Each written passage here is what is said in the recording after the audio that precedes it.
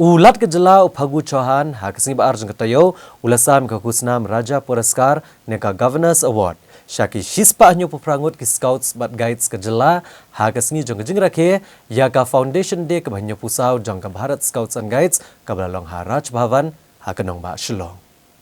Hagani kesni ulat kejela ulasam ki kusnam bat plat ba ya ka Foundation Flag ka beledan nang Chief Secretary kejela ba DPU Alang u Secretary jong ulat kejela u Dr. BDR Tiwari kinong elam jong ka Meghalaya Bharat Scouts and Guides bat kiwe-kiwe.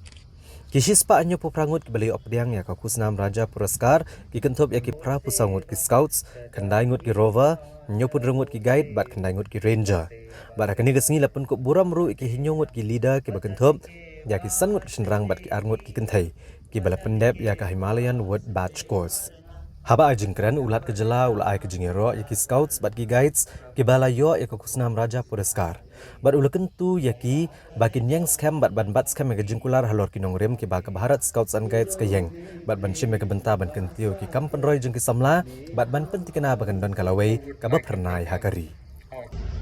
The Scouts and Guides represent the world's largest uniform organization, guided by the principles of peace, non-violence, and hope and equality, walking in the footsteps of Mahatma Gandhi.